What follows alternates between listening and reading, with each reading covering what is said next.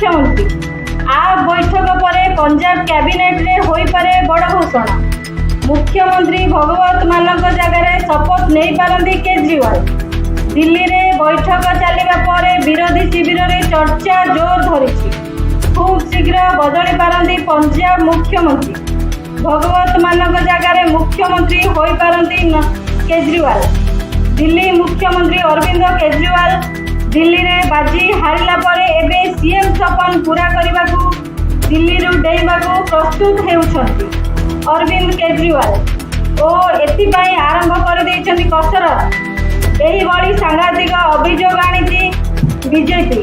तेबे केजरीवाल को दिल्ली बैठक पर एही गुजब बहुत जोरदार चर्चा विषय होइछि। ब्यूरो रिपोर्ट जागृत 24 न्यूज।